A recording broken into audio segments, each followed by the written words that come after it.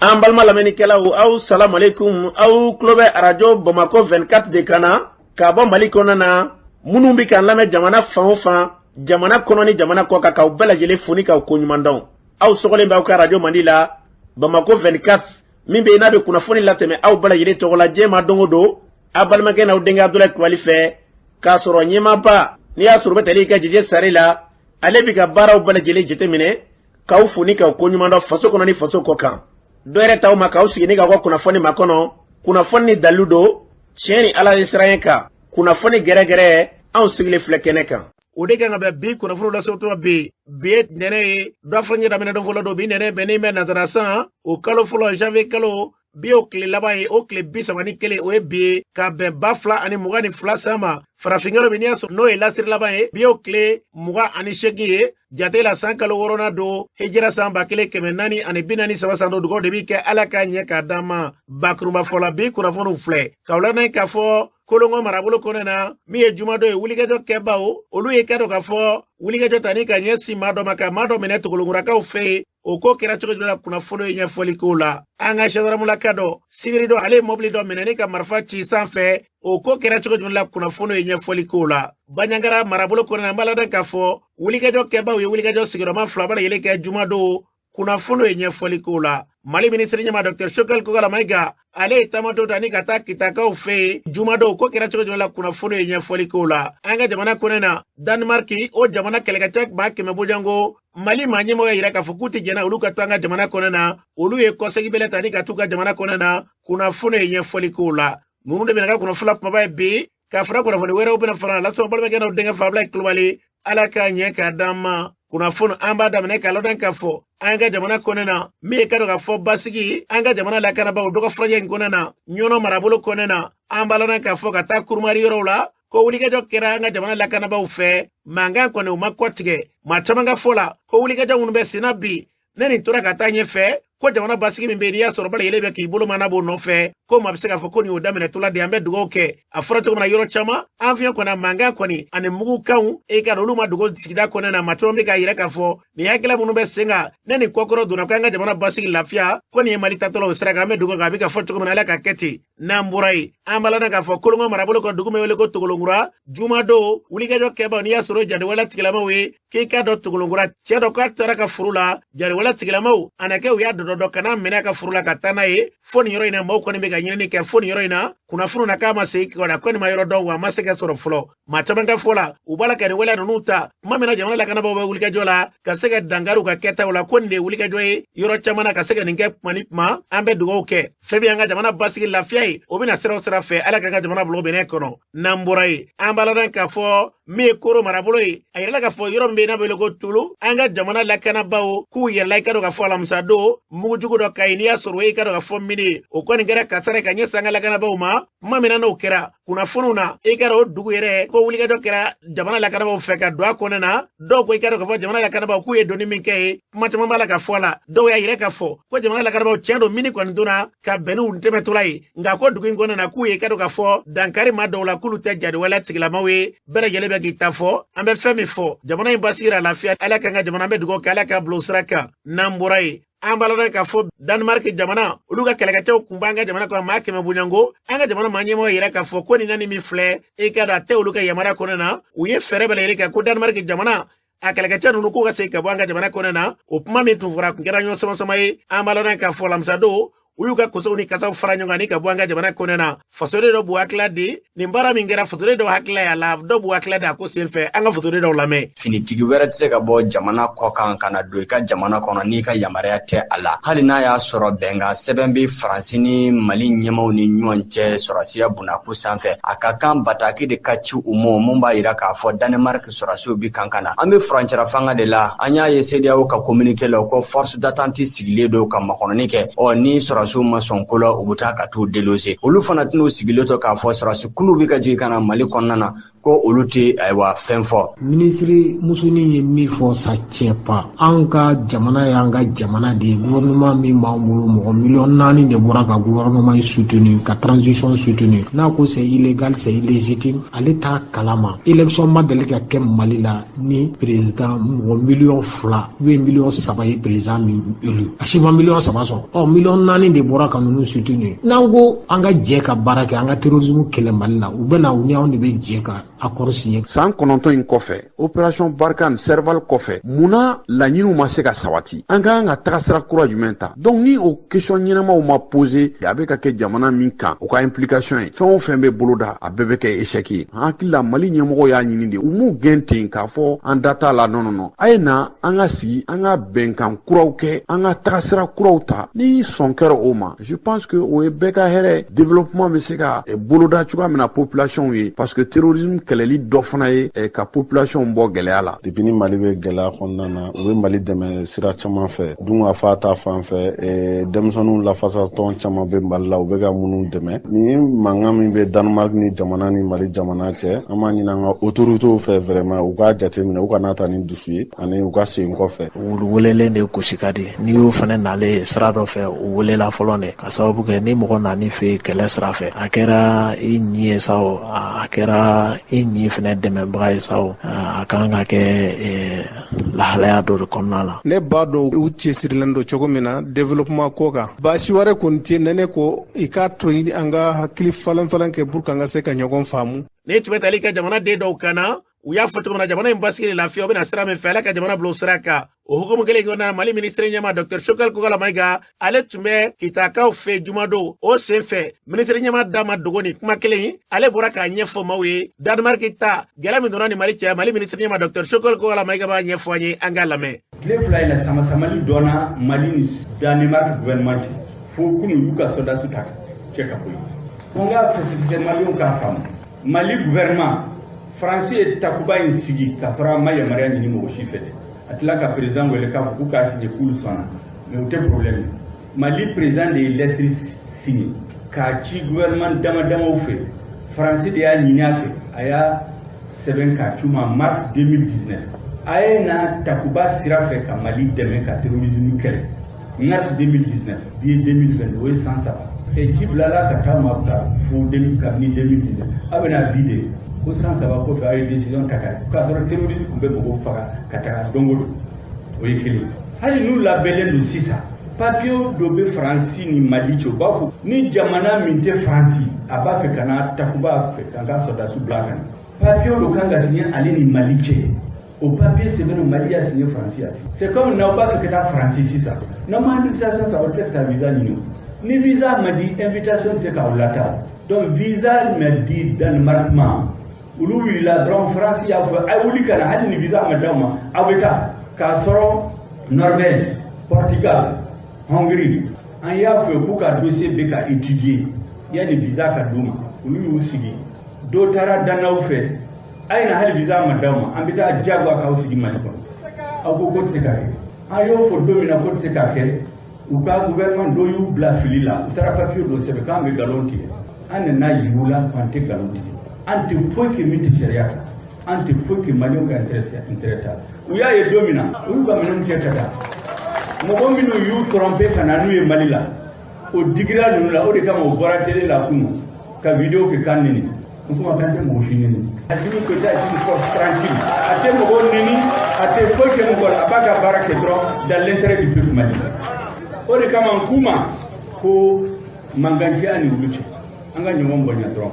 n'u y'an bonya an bɛ se ka sigi an b'a lajɛ ni jamana intérêt bɛ min na olu ka intérêt bɛ min na an bɛ bɛn donc maa si kana ni olu bila ɲɔgɔn na u kana min bɛ an ni olu cɛ u kana essayer ka ɲɛnabɔ par procuration Mali ma procuration di mɔgɔ si ma a ma di jamana si ma ne tun b'a fɛ ka kuma minnu fɔ an ni Union européenne cɛ maintenant an ni France gouvernement n bɛ n sinsin o kan pour que mɔgɔw k'a faamu problème tɛ an ni France peuple cɛ Français dɔ sara Mali la i n'a fɔ Damien Boite Maliens y'u den tɔgɔ d'a ma Maliens minnu bɛ France n'i ye dunanw minnu bɛ France n'i y'u ta Algériens kɔfɛ Maliens de ka ca n'a bɛɛ ye u bɛ nafolo min don Mali la san o san o ka ca ni communauté internationale ka dɛmɛ min bɛ di Mali ma olu kelen ka taa ka bɔ n'a ye olu dun bɛ Faransi u bɛ baara kɛ yan o nationalité b'u bolo u den bɛ yen est-ce que an bɛ se ka bila u contre la an tɛ se ka bila an yɛrɛ contre la a filanan fɛn caman bɛ an ni Faransi cɛ mais Faransi bɛ baara dɔ la n m'a fɔ tubabukan na mais n b'a fɔ a bɛ kalo dama dama bɔ don o don ni Banque mondiale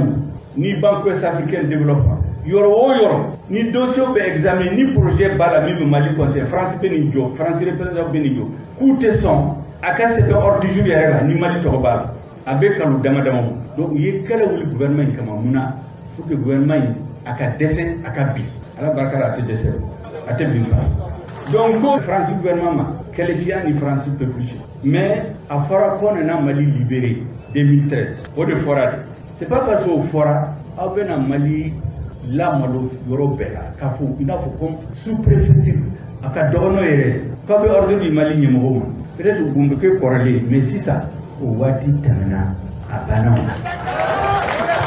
ne tun bɛ tali kɛ ministre ɲɛma Dr Choguel Kokala Mayiga a y'a fɔ cogo min na an ka jamana basi lafiya bɛna sira o sira fɛ ala k'an ka jamana bila o minɛ kɔnɔ n'an bɔra yen an b'a lɔn k'a fɔ min ye lakanabali an ka jamana kɔnɛ na dukunbɔ ale marabolo kɔnɛ na yɔrɔ in ye Baɲangara mara ye a yirala k'a fɔ ko jumadon n'aw hakili b'a la kalo kelen ani tile damadɔ wulikajɔ min kɛra ka ɲɛsigi ka dɔn k'a fɔ yɔrɔ kofɔlenba min n'o ye sungɔ yɔrɔw ye ka gɛlɛyaba ta ni ka ɲɛ siɲɛ ma o yɔrɔ kelen na ko bandiw min ye waleyajugu kɛba u tilala ka na jumadow ka na jan da maaw ɲɛ ni ka maa naani bɔɲɔgɔn k'olu ka saraw ni na ka maa dɔw jɔngi aw baara in kɔni kɛra bɛɛ lajɛlen bɛ k'i yɛrɛ ɲininka yalima nin ko in bɛ sen na a waati kelen kɔnɔ na a yirala k'a fɔ ko lakanabaw ye lakana sɛbɛkɔrɔ sabati o yɔrɔ la ka tila ka na nin kɛ maa caman bɛ k'a yɛrɛ k'a fɔ ko a bɛ kamanagan minɛ kɔnɔ yaasa ka nin pɛrɛtigɛ d'a ma Adama Karambe b'an bolo nɛgɛ ka nin waati na e yɛrɛ jɔn ye an ka lamɛn. ne tɔgɔ ye Adama Karambe ne ye premier vice président ye mɔgɔ ma Baginɛ sɔrɔ tɔgɔ la. Adama Karambe an ye kunnafoni sɔrɔ ko jumadon ko wulikajɔ kɛbaa dɔw ye wulikajɔ ta ka ɲɛsin dugunbɔ marabolo ma kɛrɛnkɛrɛnnenya Baɲangara marabolo kɔnɔ na ko bɛnganiya wale tigɛlamaw ye bɛnganiya wale fila bɛɛ kɛra ye k'a kɛra gɛlɛyaba ye a ko kɛra cogo di. Wallahi a kɛra ten de Abulaye jumadon o ye Baɲangara dɔgɔ de bɛɛ b'a dɔn donc sɔgɔma dɔgɔdalaw u kun bɛna taa Baɲangara dɔgɔ la u bɛ moto la mɔgɔ fila ni o bɔra Bundaga commune na Nimeri Sanabu maa fila donc u bɛ moto la u bɛ ka taga o sera Tilegari niveau yɛrɛ la maajugu ninnu ja u sɛmɛlen bɛ goudron côté bɛɛ la 9h 10h waati u y'u maa fila tire ka faga k'aw ka moto ta o nɔngɔn na mun kɛra an bolo kabako ye kalo dɔɔni na maa 37 tɔɔra yɔrɔ kelen mun na o armée ye wulikajɔbaw kɛ donc o yɔrɔ kelen na tuguni nin ɲɔgɔnna wale wɛrɛ an sɔrɔ jumadon a y'an dabari bande maa 30 kɔ kɔfɛ nin don fana maa fila n'u ye dosolakaw de u bɛna goudron minɛ yɔrɔ min na dɔrɔn fiyɛliba kɛra yɔrɔ min na o niveau kelen na u y'u tire k'a fa donc a bɛɛ kɛra action kelen na mugu kikan bɛɛ bɔra ɲɔgɔn fɛ i n'a fɔ u bɛ ka ɲɔgɔn communiquer maajugu ninnu dadalen bɛ o ye mɔgɔ fila wɛrɛ ye olu fana tun bɛ moto la u y'u tire olu kɔni ma se ka to a la donc u banana kosɛbɛ olu fana u y'u doni ka taa Baɲangara hôpital la nka nɔngɔnu na miirɛliw kɔni dara côté bɛɛ ye ani armée parce que armée ka camanba de bɛ Baɲangara olu fana nana hali tubabuw yɛrɛ bɛɛ nana a sugu lajɛ donc u donna yɔrɔ min na fɔlɔ n'u ye tiɲɛliba kɛ u bɛ don yɔrɔ kelen min na u ma u ka sira changer u donna ye donc an kɔni y'a f'u ɲɛna u ka daga de don a filɛ mais mun kɛra kabakoma wɛrɛ tugu ja o don kelen jumadon projet mobile dɔ de tun bɛ ka taa Baɲangara fɔlɔla ka projet mobile de attaquer yani mototigiw ka na olu kɔni mugu ma ci dɛ moto kɔni o y'a arrêté dɔrɔn mobilitigi jɔra mobilitigi jɔlen u donna n'a ye o bɛ bɔ yɔrɔ min na mɔgɔw nana kure ninnu de ye mobili ma se ka dɔn mɔgɔ si ma mobili tatɔla ye ja kɔfɛ de ɲɛɲiniw kɛra a la o daga o fɔlɔla ka mobili de arrêté ka don n'u ye o bɛ don yɔrɔ min na tuma bɛɛ an b'a fɔ dugu tan ni kelen u y'u bɛɛ wuli Golo Tɛgɛnbɛrɛ Tilekanda Golokanda Kaasa Tunjuru Bogolo ani Bambolakanda an ka kɔlɔnw an ka fɛnw olu de bɛ k'a bɛɛ ɲɛnamaya a bɛ yen an kɔni ye a cikan caman fɔ armée jumadon mun tɛmɛna Baɲangara mara la commune de Dukɔnbɔ o de ye nin ye mais a kabakoma yɔrɔ fana ye jumɛn de kamalen fila mun tun bɛ ka taa sugu la kelen yɛrɛ a fa banna a tile wolonwula saraka bɔ kun kan ka kɛ samedi donc a bɛ taa Baɲangara sugu la ka worow ni tamaraw san donc a tɔgɔ ye Sadio Karambe ani Baba Karambe u ye ɲɔgɔn ta moto la u bɛ taa dɔgɔ jɔ u bɛ na a fa ka tile wolonwula saraka bɔ a fana tɔɔra kirin na ma nan de torala ma saba de belezera belezugu jugu mun kera bangara marala Ablaye Coulibaly an hakilla ko nu nogoyara an yɛrɛ kun bɛ ka tɛgɛrɛ fɔ armée Mali la toujours an kɔni b'o tɛgɛrɛ fɔ la de mais sɔnga attaque ni i n'a fɔ n'i y'a jateminɛ kalo kelen ani tile fila de b'u sila an balima donsolakaw fana nana intervention na mugu ci ka mɛlen mun don bɛɛ bolila ka jigin cara sɔrɔ mɔgɔ dalen bɛ ninnu kɔni ye fiɲɛ kɛ duuru ye ni tɛmɛ tali kadama karambe la a fɔra cogo min na an ka jamana basigi yarabi alala k'a bilo sira kan ka bɔ k'i bɛ taa i fa ka saraka fɛnw san ka tila k'i ka sara ɲini na nin ye kabako de an bɛ dugawu kɛ jamana in basigi a bɛna sira o sira fɛ ala k'an ka jamana kɔlɔsuma n'an bɔra yen an balona k'a fɔ sibiri don gendarme ka dɔn ale bɔra i ka dɔn k'a fɔ kucalakaw fɛ yen k'a yɛrɛ k'a fɔ ko ale kɔni bɛna kunda bamakɔ kan ko n'ale ɲɛ dara ka ɲɛmaw kan k'a tɛgɛ basi ko a naba dɛsɛ kunnafoniw cɛrila réseaux sociaux ka fan bara ile fɛ kunnafoniw na a yirala k'a fɔ ko gendarme in kɔni ko a wulila ka na de ko ka marifa ta bɛɛ lajɛlen y'a bila i ka faamuyali minɛn kɔnɔ dɔw ko ko bɛngɛnɛ wala kɛba dɔ de don nga an ye wulikɛtɔ tari ka sɛgɛsɛgɛliw ta ka ɲininkali kɛ gendarme in a yirala k'a fɔ a tɔgɔ yɛrɛ Jean-Marie de ye n'i y'a jateminɛ sualakaw fɛ gɛlɛya min bɛ n'o ye kurumari sogolokaw fɛ ni gɛlɛya taara gendarmenakaw sɔrɔ yen fo a senfɛ gendarme camanba olu kasarala u nin na o min kɛra dɛ a tun bɛ olu cɛra k'o de kɔni kɛlen ko a hakili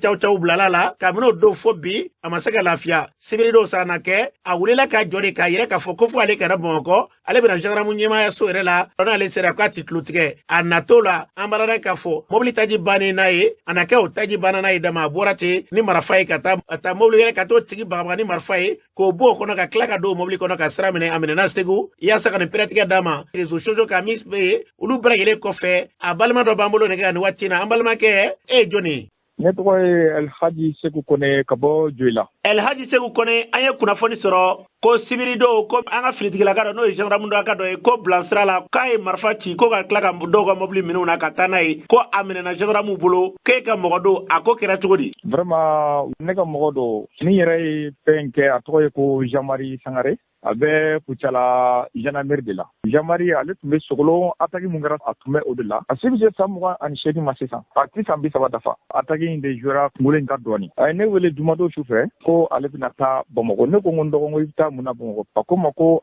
ayi ko ale kɔni ka diɲɛnatigɛ kɔni a bɛ dabila ne ko ayi a ka sabali a ko a bɛna bɔ Kucala k'a kun da so yan fan kan a ko n ka 2000 ci a ma k'a bɛna carburant ta n ko non a bɛ n kunbɛn fana an bɛ jɛ an bɛ taa ɲɔgɔn fɛ so a natɔ Blancari furu a ka Mazda pinɛ nana sɔgɔ Mazda finman don bébé fini fana don donc a jɔlen ye mobilitigi dɔw tun bɛ se la k'olu bɛna ale maraji la Segu mobilitigi in fana jamu ye Jawara ye ko transitaire don a bɛ Kucala A26 min b'a bolo a plaque appuyé a y'o de lajɔ tɔ fila bɛ seli la Jawara bɛ a ka mobili kɔnɔna na donc a ko Jawara de k'a ka mobili clé di a ma donc Jawara fana ma kuma caman k'a la o bɔra ka mobili clé di a ma a y'i kunda Segu yan fan in kan donc Jawara ka téléphone min b'a kunna sisan a ye wele de kɛ ni o ye sisan donc ne ka sɔrɔ ka information de sɔrɔ o fɛ donc Jawara ka téléphone filanan in Jawara ye Segukaw de wele ka situation ɲɛfɔ olu ye u ka sɔrɔ ka a kunbɛn o la mais yanni u k'a kunbɛn yɛrɛ fɔsu a tun bɛ i jɔ ye ka foli bila u la ka sɔrɔ ka taa o de kɔnɔna na u ye a minɛ bon muguci min kɛra nin ye o muguci in mɔgɔw m'a faamu a ye cri de sommation de kɛ mugu cira mɔgɔ si ma banakisɛ ma mɔgɔ si sɔrɔ wa a ma bolimafɛn sɔrɔ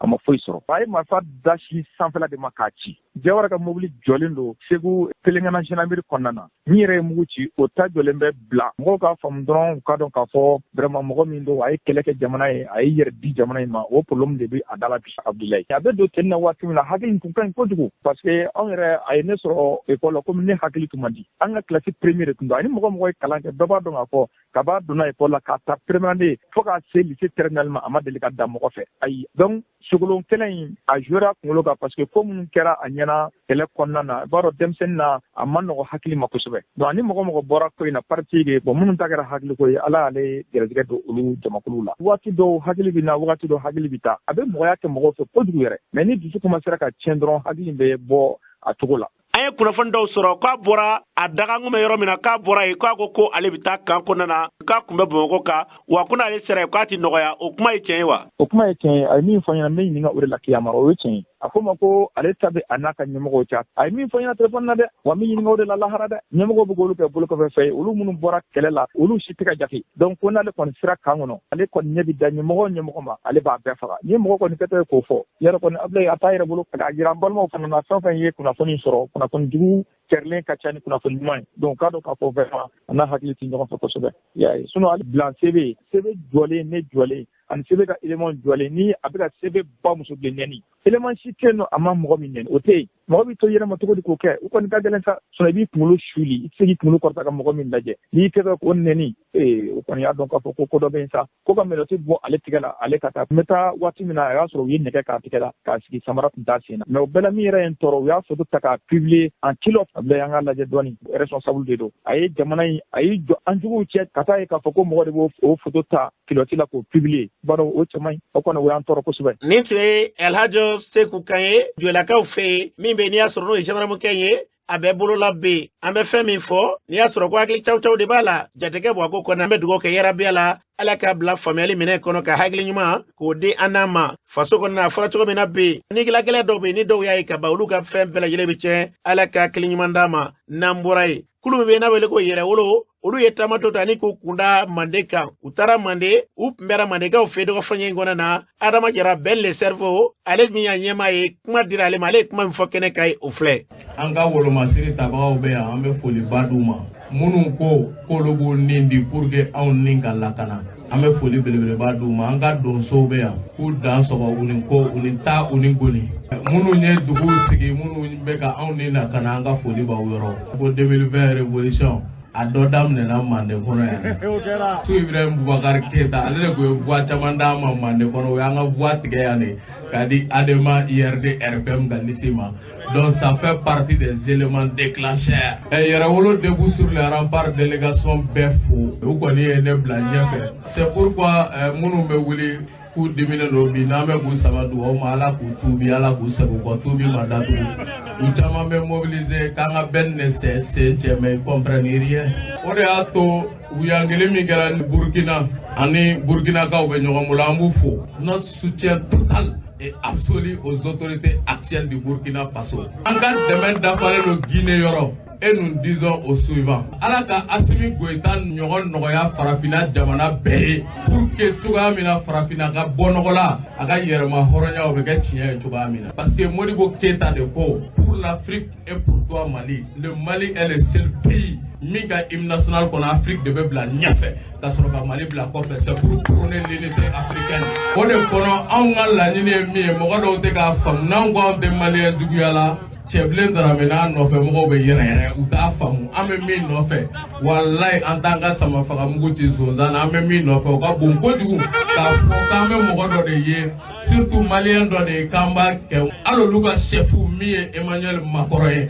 kɛlɛ in ɲɛsinnen tɛ Macron ma anw ka laɲini ye unité africaine ye yɔrɔ aw y'a ye ko ɲɔgɔn sama ɲinina tɛ mɛnɛmɛnɛni ye dɛ donc ni mɔgɔ dɔw kumana aw b'u to yen walahi ala bɛ kɛlɛ in na imaginez ninnu dar'u yɛrɛ la cogo min ka puissance min bila u yɛrɛ bolo diɲɛ contre la kabiri deuxième guerre mondiale kɔfɛ nka bi France ka ministère de l'économie fɔlɔ o y'a ka ministère de la défense de France ka dugukolo jukɔrɔ damandingɛ kelen tɛ yen hali gabakuru min bɛ mago ɲa o tɛ France dugukolo jukɔrɔ mais u bɛna bi jamana wɛrɛw de kan o jamanaw minɛ donc anw bɛ ka taa ɲɛ ka sɔrɔ an ma violence kɛ aw ye loi ta aw ka assemblée kɔnɔ le 10 janvier 1957 ko an bɛna farafina jamanaw ka yɛrɛma hɔrɔnya d'u ma ko nka ko fo an ka tila ka segin ka na ni jamanaw minɛ ko n'o tɛ faransi bɛ bi a bɛ i b'a fɔ n'i taara kungo kɔnɔ ko waraba kana mangalanin dun waraba bɛ sa de n'a ma mangalanin dun faransi ɲɛmɔgɔw bɛ miiri ten de an y'u ka ministre des armées kumakan mɛn carence parler a tɔgɔ kuraw de ils sont 40 u tɛ foyi dɔn a bɛɛ n'ala cɛ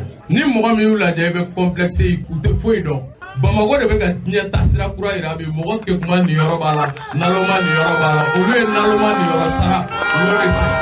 mais u ser'u dan de la foyi t'an na jɔ ni m'i tilen an b'i bɔ yen o de ye kuma ye sisan an sɛgɛnna. an balanan k'a fɔ ni tun bɛ Adama Jara bɛn le cerveau ni tun y'ale kan yan fɔra cogo min na jamana in basigi na lafiya bɛ na sira o sira fɛ ala k'an ka jamana bila o minɛ kɔnɔ n'an bɔra ye an ka jamana kɔnɔ na wulikajɔ min bɛ senna bi CEDEAO u ye gɛrɛ tɛ min ta ni ka ɲɛsin an ka jamana ma o sen fɛ a yirala k'a fɔ k'an ka jamana ma ɲɛmaw k'olu kɔni ka dɔn ka fɔ laɲini dɔ kɛ n'o ye san 5 min n'o tun kɛra bataki ka taa da CEDEAO ɲɛkɔrɔ CEDEAO kɛlen k'a fɔ k'o ka ca tɔn minnu bɛ yen n'i y'a sɔrɔ vision b'u ye olu ka fɔ la ko hali ni jamana ɲɛmaw kɔni ka dɔn k'a fɔ n'u bɛ dɔ bɔ san 5 in kɔni na k'u kana jigin san 3 ni dugumana cɛ fiyewu o kɔfɛ jagokɛlaw bilama gelambu ka kaswe ke seda ka ngerente yi ni jamana nyama buka wuliga ta kanyesta ko kala dawma mi yesuku ka faranya kulu nyama sena mali nyama Abdoulaye Cissé ale bo nyefanye angalame an se ka foko c'est officiel mais anya me ka fo sanfla katabla kalotan woro kuma ubi ka fo vision buye pour le Mali wo kuma yin antoro kadaka amma go bala ande ko sanduru assise konnana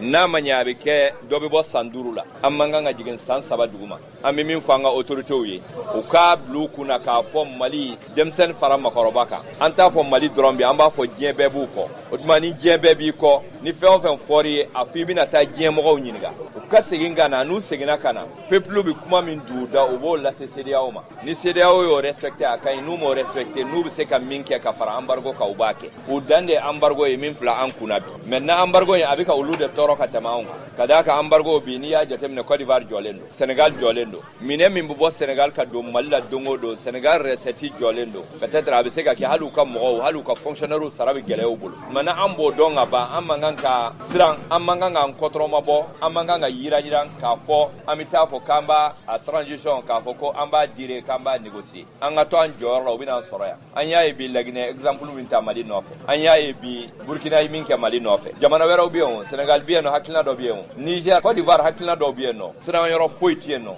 Mali ke fara musoka o beyu bolo di nyogoma kada choroba in ka kuma kan no yu buya haydara ala barakala wotma o kuma kele a charna Mali fambe a charna jero bela wotma na ami min fuye uku jo u joro la an fana jole man joro la même ni embargo kera san sabayi ani ala sona ma ambati kada minka kada ka aban duskunde la an biwili nayi amisiginayi mais an fen do fana remarquer dugu kono fango foy wajibi de an yayi den cc mogo ani mogo munu ka ta contrôle ke butigula akibariya sera maka fonga fumala otuma ne sena Mali perdan collectif national des acteurs de marché du Mali Mali sugu ka boka yi katabla kidala ala barkala o nyimo ga bine bolobi otuma na nefse ka min fala nu sera détail mi manai facture boka yirula grossisi mi ya feruma uko ka facture mi na ko wele e sugoro fere ou bien malo ou bien ni fin fere ni pirina muna maintenant ale de kaka nga interpeller mais ale tara sugoro fere wa duru ani kema wolon fla ni ko atigi ga détail keme wa duru oni uluma songa ata crise wera fana bina tuguni parce que ni ulu ko kutita ta bina fere tuguni amman no maintenant ça ulu bi se ga ata ka fere keme ni muga o wajibi yo parce que ni ulu ya ta wa duru ani kema wolon fla ani biduru ni ya fere keme ni muga o bi be wa woro de ba ni ko mo ka mesigila min sigila men ngi so dala o ti se ka mesigila de o ti mana mi min fuye embargo yi tiyen sanction yi tiyen maintenant yere labana ka nyogon bisi ko dobie aka ka jago kunin be do jamana na ka soro fenti ale bolo edun ka kan ale deme de ati noya o ti mana ambo yoro ni fuye ni kuma tali ka Abdoulaye Cissé kana afura to mina anga jamana basigina lafiya o bina sira fe ala ka jamana blo mine kono namburai ambala na ka vo seria olu ya gerente mi taka nyasa anga jamana ma gerente yere Mali denw be ka filɛ min ye ko a n'o cɛ ka jan dɛ Moribo Mawu Magalu ale b'a ɲɛfɔ an jateminɛlikɛla don an ka lamɛn frontière datuguni ninnu ni ye anw ka sɔrɔ lajɛ jamana in kɔnɔ Mali kɛmɛ sarada la 60 o be san ni feere de la an be min feere kɔfɛ n'a be fɔ ma exportation ani an be min san kɔfɛ n'a be fɔ ma ko importation an ka client saba belebeleba saba a be daminɛ Sénégal de fɛ an ka minan ni ye anw ka musaka yɛrɛ dunna ye jamana musaka be sɔrɔ min na an be sanu de feere kɔfɛ bon sanu o problème t'o la ten kosɛbɛ barisa sanu tɛ feere la CEDEAO kɔnɔna la sanu be feere la Afrique du Sud Suisse donc kɛmɛ sarada la san 2020 na sanu tun ye 82 de kɛmɛ sarada la min feere la kɔfɛ o kɔrɔ ko 18 dɔrɔn de sera maliyɛnw ma o 18 kɔɔri ye 6 ye miliyari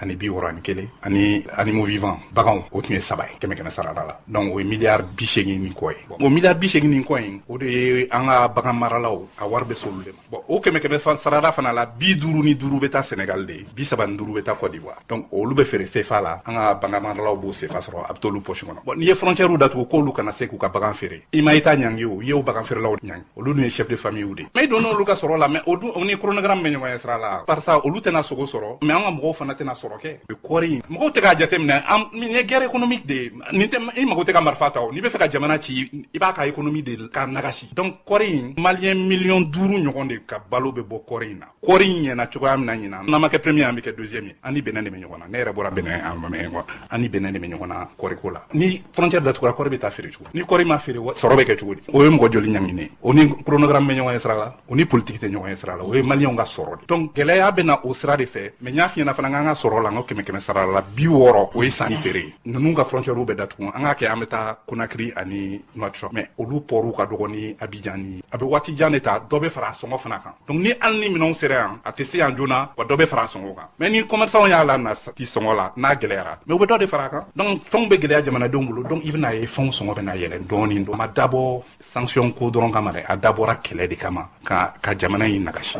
inga bɛ tali kɛ Modibo Magalula a fɔra cogo min na jamana in basigi na lafiya o bɛna sira o sira fɛ yarabi Allah kan ka jamana ne k'a bilo minɛ kɔnɔ n'an bɔra yen an b'a lɔn k'a fɔ cakɛda min b'an ka jamana kɔnɔ n'a bɛle ko ozone o baarakɛlaw olu y'a yira k'a fɔ gɛlɛya kɔni k'a dan de b'olu dala bi k'o sababu ka kelen bɛ bi e ka dɔn u tɛ fɛn min sɔrɔ kɔrɔ muso ka kɔɲɔ sen fɛ o de b'a la ka b'u kunna fɛɛrɛ b'a la yɛrɛ ka se ka tigɛ ka ɲɛsin olu ma bi na yaasa k'o pɛrɛtigɛ d'a ma Adama Jakite b'a ɲɛfɔ ale ozone cakɛla ye an ka lamɛn anw ye denbayatigi de ozone nana contrat signé k'an bila an ye baara daminɛ an ye ozone mɔgɔ fɔlɔfɔlɔ de minnu ye baara daminɛ o y'anw de mais ozone kɛlen don bi tabali bilabali an taara an bɛna min kɛ kalo saba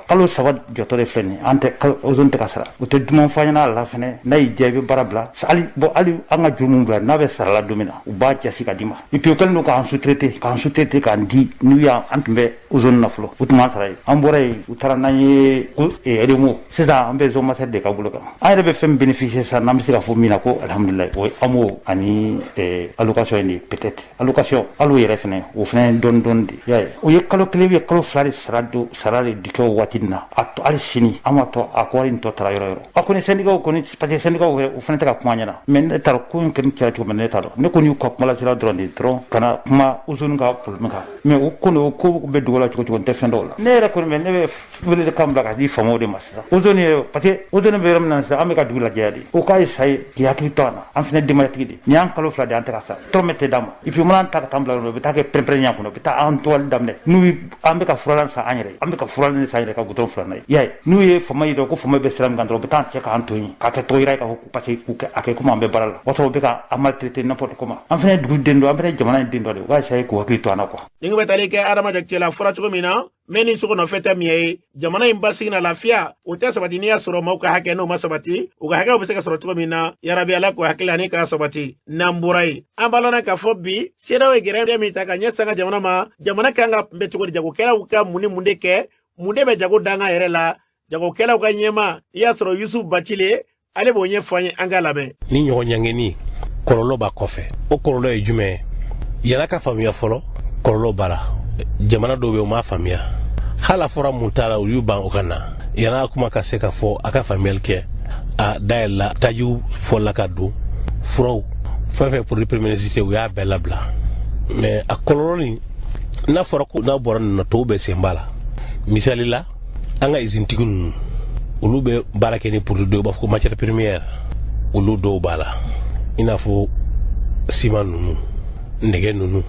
bref a qualité ka ca mais an y'a fɔ n ko ciment sen t'a la parce que an y'a fɔ an yɛrɛ fɛ nin bɛɛ ye nécessité produit publicité man ka dan dɔrɔn ko mun bɛ dun ayi dun ka fa kɔfɛ fɛn dɔ bɛ yen nɔ o ye ɲɛnamaya taabolo ye o ye ɲɛnamaya tacogo ye olu tɛ se ka jɔ an n'u bɛ baara la ni aw sɔnna fana ɲɛ bɛ sɔrɔ a la baara bɛ ka k'a la pour que a ka na cogo dɔ la jamana bɛ jamana na an n'u bɛ relation na depuis bi tɛ nin mesure nin u caman y'a ta k'a fɔ k'olu jɛnna n'a ye ko embargo ka appliquer mais dɔw bɛ ka an dɛmɛ kosɛbɛ pour que gɛlɛya ninnu a kana se ka se yɔrɔ dɔ la an bɛ tɛmɛ jamana mun fɛ n'i y'a lajɛ bi frontière 7 de bɛ an cɛ mais an bɛ se ka tɛmɛ jamana mun fɛ a taa fɔ jamana 10 na mais jamana dɔw bɛ yen nɔ olu tɛ CEDEAO kɔnɔ u tɛ UMOA la i n'a fɔ Mauritanie i n'a fɔ Algérie mais jamana wɛrɛ bɛ CEDEAO wɛrɛ kɔnɔ ale de y'a fɔ an ye k'a fɔ ko CEDEAO ye mesure mun ta ale t'a appliquer bi a t'a appliquer sini ale ni anw cɛ badenya mun b'an cɛ a bɛ to a nɔkɔlɔ la an kana tɛmɛ olu ka dugu la o ye Guinée ye o fana ye nouvelle dumanba dɔ ye ni Ala sɔnna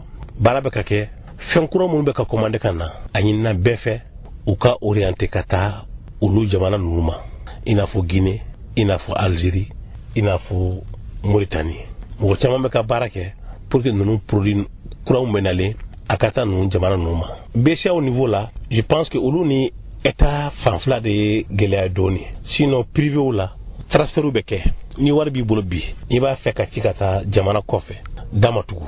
i bɛ se ka transfert kɛ ka taa UMOA jamana kɔnɔ i bɛ se ka transfert kɛ ka taa CEDEAO jamana kɔnɔ i bɛ se ka transfert kɛ ka taa diɲɛ tɔw bɛɛ ban o ma datugu fɔlɔ o sen t'a la fana depuis nin ko in ma kɛ sɔngɔ tɛ kelen ye jamana kɔnɔ vu que distance minnu bɛ yen ne mana taa minan ta Kɛnzanbugu bi ka taa n'a ye Dawudabugu n bɛ se ka feere sɔngɔ la ka tɛmɛ ni mɔgɔ mun y'a charger Kɛnzanbugu ka taa n'a ye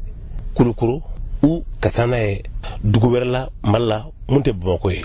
i b'a fɔ ma ko frais d'approche i bɛ musaka mun bɔ pour que a ka se yen nɔ diyagoya la a bɛ sɔn ka gɛlɛya ka tɛmɛ mɔgɔ mun y'a ta ba kɔfɛ k'a bila ba fan dɔ in na olu ko tɛ ban a kɔnɔ jamana la mais an ye programme dɔ kɛ ka mɔgɔw kunnafoni di ka mɔgɔw ladi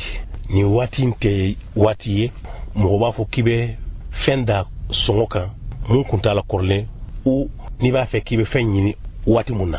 wari bɛ ɲini waati bɛɛ la mais nin t'a waati ye sacrifice kan ka kɛ bɛɛ ka jamanadenya jɔyɔrɔ k'o kɛ an y'a fɔ caman ye aw kana perdre dɛ mais hali n'a bɛ se ka jɛ aw ka tɔnɔ kɔ nin waati in na a y'o kɛ pour que ka jamana kuma bɔ je pense que mɔgɔ caman y'a mɛn u sɔnna u bɛ ka baara kɛ n'a ye anw ye jamana ye ala ma an garisɛgɛ kɔgɔji an bɛ jamana ninnu kɔnɔna la an bɛ bɔ ni fɛn fɛn ye jamana kɔfɛ f'an ka tɛmɛ mɔgɔ dɔ de fɛ ka na an fɛ yan an bɛ fɛn fɛn labɔ ka taa diɲɛ maaw fɛ f'an ka tɛmɛ olu de fɛ ka taa kɔfɛ i ɲɛ bɛ embargo mun filɛ nin ka kɛ tan a da bɛ digi anw na a da bɛ digi olu fana na dɛ fɛn caman bɛ bɔ Mali la yan ka taa u ka jamana kɔnɔ olu fana ka population bɛ ka souffrir donc ni situation bɛ cogoya min na bi a ka kan san 60 ani dɔ jamana in ɲɛmɔgɔw ka hakili jagabɔ kɛ k'a lajɛ ala ka a to nin ka k'a laban ye ni ɲɔgɔn kana k'an ka jamana kɔnɔ mais n'i b'a fɛ ka lafiya i b'i labɛn de balo taji furaw fɛn bɛ fɛn na tulonkɛ man kan ka k'a la jamana in kan ka fɛɛrɛ de tigɛ u b'a fɔ ko le produit de première nécessité capacité ka sɔrɔ k'a jɔ yɔrɔ bɛɛ sukaro nɔnɔ tulu farni spaghetti ninnu hydrocarbure ka a fɔ mɔgɔ min b'a secteur la État ka politique dɔ kɛ bɛɛ ka capacité jɔ a ka jɔ dugu bɛɛ la an kan k'a sɔrɔ duguba o duguba capacité dɔ ka sɔrɔ yen nɔ mun bɛ se k'a to nin balo nin bɛ se ka mara yen nɔ mun ye an ka jamana ka dunta ye kalo 4 ou kalo 6 n'an bɛ fɛ ka kɛ hɔrɔn ye ka bɔ jɔnmaya la ka bɔ ko bɛ ko la vraiment capacité de stockage kan ka se ka sɔrɔ jamana yɔrɔ bɛɛ la kelen filanan ka politique fana kɛ ka olu lafa pour ka sɔrɔ a kɔnɔ tuma bɛɛ ni tɛmɛ tali kɛ Yusuf Bacila a fɔra cogo min na an ka jamana basigi na lafiya ala k'o sabati n'an bɔra ye an bɛ taa jamana kɔkanna na Mohamed Samakɛ mun b'e bolo bi an karamɔgɔ kunnafoni an b'a daminɛ an bɛ taa Jordan jamana kan an b'a ladɔnna k'a fɔ min ye kurantigɛ kɔni k'o barika ka bon ye kosɛbɛ kosɛbɛ nin waati na an bɛ min wele ko neige n'o ye jikuru kɔni ko ale bɛ fan bɛɛ lajɛlen fɛ a yirala k'a fɔ dɔfaransɛ kɔnɔna la min ye nin jikuru kɔni ko ale kɔni tiɲɛni kɛ fan bɛɛ fɛ kɛrɛnkɛrɛnnenya kurantigɛw kɛ baarayɔrɔ caman na ko wulikajɔ kɔni bɛ senna walasa nin gɛlɛya ninnu bɛ se ka ban cogo min na n'an bɔra yen an bɛ taa Israɛlikaw fɛ yen an b'a ladɔnna k'a fɔ Israɛl jamanakuntigi ne ale yɛrɛ tɔgɔ ko Isaka Herzog ko ale bɛ tile fila taama na Émirats Arabes olu jamana kɔnɔna la kunu kari janvier kalo tile 30 ko min ye taama in kɔni ko a daminɛna a yirala k'a fɔ ko nin maa kɔfɔlen fɔcogo wɛrɛ la ko nin ye Israɛl jamanakuntigi siɲɛ fɔlɔfɔlɔ ye ka wuli ka se Émirats Arabes fɛ yen wa ko ani Émirats Arabes jamana maa ɲɛma caman bɛna ɲɔgɔn ye kɛrɛnkɛrɛnnenya la siya minnu bɛ yen n'an b'u wele ko juif olu ka jɛkulu mɛn nin jamana kɔfɛlen no ka anulu bɛɛ lajɛlen bɛna ɲɔgɔn ye n'an bɔra yen an bɛna République démocratique du Congo a bɛ maa 49 bɔ minnu kɔni nɔ minalen kɔni tun don kiri bolo kan a yirala k'a fɔ ko nin maa 49 ninnu ko sigaka kun kɛra o la k'a fɔ ko u ye min ye Nations Unies ale cakɛla maa 2 ɲɔgɔn na ka olu bɔnɛ u ne na san 2017 waatiw la kunnafoniw y'a yira k'a fɔ sibiri don janvier kalo tile 29 ko ni maa kɔfɛla ninnu ka kiri kɔni ko a sera a dan na an b'a fɔ min ma ko condamné à mort n'o ye si kaso ye ko o sumana nin maa 49 ninnu kelen-kelen bɛɛ lajɛlen kunna n'an bɔra an bɛna bɛnɛkaw fɛ yen an b'a dɔn k'a fɔ wulikajɔ kɔni bɛ sen na sibiri don janvier kalo tile 29 san 2022 kɔnɔna la min ye lakanabaaw n'o ye polisilakaw ye ale ni église min n'a tɔgɔ ko église Azel olu maaw ni ɲɔgɔn cɛla la kunnafoni ka fɔlɔ ko maa 8 ɲɔgɔnna bɔnɛnw la o maa 8 na sa min ye lakanabaa 2 n'o polisilaka 2 ko o kɔni b'a la a yirala k'a fɔ ko nin wulikajɔ in kɛra min ye Bɛnɛ marabolo min tɔgɔ ko Savalu ko a ma sɔrɔ dɔrɔn fɛ dɛ ko a bɛna fɔ ɲɔgɔnfɛnba bale tɛmɛna ni polisilakaw ninnu ni diinɛma ninnu ɲɔgɔn cɛla la ko fɛn min nin yɔrɔ kɔfɛlen ye a diinɛ ɲɛmɔgɔ ye sa n'o ye église ɲɛmɔgɔ ye ka fara a maa caman kɔni kan k'olu kɔni ɲama tunun don nin waati na n'an bɔra yen an bɛ taa Côte d'Ivoire kaw fɛ yen Côte d'Ivoire lakanabaa mun n'an b'u wele ko douanier olu ye wulikajɔ kɛ dɔfaransɛ kɔnɔna na alamisa don janvier kalo tile 27 ka se k'u tɛgɛ da Benua jamanaden 2 kan a yirala k'a fɔ ko waati min u tɛgɛ da nin maa ninnu kan dɛ k'u ye euro wari 2,000,000 ka fara sanu kilogramme 80 ɲɔgɔn na ka ni makɔfɔlɔ ninnu bolo ko sɛgɛsɛgɛli kɔni bɛ senna halisa o sɛgɛsɛgɛli senfɛ sa min ye Benin ale doyen ɲɛmɔgɔ dɔw ye ka fara ka adjoint dɔw kan n'u y'u ka dankan ye ko o maa 3 ɲɔgɔn na ko olu kɔni bɛ garde à vue la Côte d'Ivoire kaw fɛ yen wa ko sɛgɛsɛgɛli bɛ senna ni makɔfɔlɔ ninnu a yirala k'a fɔ k'u tun bɛ ka bɔ Benin de u bɛ ka tɛmɛ Côte d'Ivoire fɛ ka taa Istanbul la ne ni nafolomugu ninnu ye ko an bɛ yɔrɔ min na ko sisan k'u bɛ sariyatiw ka bolo kan an karamɔgɔ an ye min sɔrɔ bi kɔnkɔnfɔlɔ la o la kumaba da tun ye ne Mohamed Samake y'a fɔ cogo min na an bɛ dugawu kɛ jamana in basigi n'a lafiya yarabi ala ka Mali bila o sira kan ka foli ni tani ta ka ɲɛ san bɔra yɛlɛ ma ben an lamɛnbaa cɛman n'a muso ma denmisɛn ni mabakɔrɔ Mali kɔnɔna na kɔkan na an kanubaw kɛrɛnkɛrɛnnenya an bɛ san marabolo kɔnɔna na min ye ka dɔn k'a fɔ sibirido ye sankaw fɛ an kunbɛra nɛgɛ kaɲɛ 15 sanga 45 Laji Ɲaɲa Keita ka mobili d'a ma mobili min n'o Yarafukati ye ka n'o di Ablaye Kulubali ma ko an ka baara kɛcogo k'a fo k'a tanu ka barikada radio ɲɛmayaso tɔgɔ la Madame Jabi Makɔrɔ Kamara ka taa bila Sangu Jabi Aruna Togola ka taa se Jagina Jara ka fara cɛkɛɲɔgɔn bɛɛ lajɛlen kan ninnu bɛɛ lajɛlen ko bi nin ye nisɔndiyakoba ye ka ɲɛsin u ma ko ka foli ni tani ka ɲɛsin nin diba ma Laji Ɲaɲa Keita baara in a y'a kɛ an bɛ cɛsiri min na ka ɲɛsin jamana ma togoralamaw k'olu bɔ dibi la bi ko nin y'ale jɔyɔrɔ de ka foni ka waleɲuman mɔrikɛ yarabi ala k'aw bɛɛ fo ka waleɲuman dɔn nin min filɛ nin ye k'a kɛra kanu hukumu kɔnɔna na yarabi ala a kɛra kanu min kɔnɔna na ala ka kanu to an cɛ ka san n'a lamini bɛɛ lajɛlen fo jɛnɛ marabolo kɔnɔna na a bɛ bɔ yen de ka jɛnɛ n'a lamini bɛɛ lajɛlen fo nin min kɛra filan ye k'a fo ka tanu ka barikada aw minnu bɛ yen n'aw sɔgɔlen banna k'aw bɛɛ foni ka ɲini aw fɛ ka foli ta ni ka ɲɛ s'a ma Laji Ɲaɲa Keita an kanubaw a bɛ se ka wele Laji Ɲaɲa Keita an tɔgɔ la ka foli k'a la a ka nɛgɛjuru sira 92 38 84 50 an bɛ segin ka nazarakan na 92 38 84 50 walima ka wele nɛgɛjuru sira wɛrɛ la 76 28 30 49 76 28 30 49 ka foli d'aw bɛɛ lajɛlen ma o kɔfɛ ka foli ni tani ka ɲɛsin Sina marabolo ma kɛrɛnkɛrɛnnenya san marabolo kɔnɔ na ba fila ni ɲɔgɔn cɛ ka foli tani ka ɲɛsin Sikaw ma min ye mobili tile o kɔfɛ san marabolo kɔnɔ na Sikaw fɛ yen ka foli ta ka ɲɛsin arajo yɛrɛ ko k'a daminɛ sababu ɲuman la n'o ye Jagina Jara ye ka taa se Adama Sankuma na o bin arajo directeur ye ka taa se u ka cakɛla bɛɛ lajɛlen ma Sina lamini an balada ka bɔ bonya e ka dɔ ka dodogɔrɔni ka fisa dɔgɔlima tura ye an y'a fɔ i ka kɔrɔ u ye fara ɲɔgɔn kɛ décembre kalo kɔnɔ na k'an kunbɛn ɲɔ bɔrɛ 30 an balada ka fɔ o kɔfɛ u tilala ni ka ɲɔ bɔrɛ in ka taa n'a ye fo 41 ka nafolo fara ɲɔgɔn kan fo birikiden kelen n'o ye miliyɔn 1 ɲɔgɔn ye k'a fɔ k'u y'a kɛ ka Ablaye bisimila bɛɛ lajɛlen san marabolo Masina marabolo ka taa bila Jɛnɛ marabolo la ninnu bɛɛ lajɛlen bɛ ɲɔgɔn sɔrɔ arajo in sanfɛla la o bɛɛ lajɛlen de farala ɲɔgɔn kan ni ka se ka dɛmɛ kɛ arajo mɔgɔw ka wulikajɔ don hakilila don ni k'a sigi sen kan ko ka kɛ dɛmɛ ka ɲɛsin Ablaye ma n b'aw fo a ka bonya na yarabi ala ka kanu to an cɛ arajo minnu bɛ yen n'olu b'an ka kunnafoni tɛmɛ an tɛ se ka arajo yɛrɛ kɛ fɔ caya la nka kabini an ye nin baara in daminɛ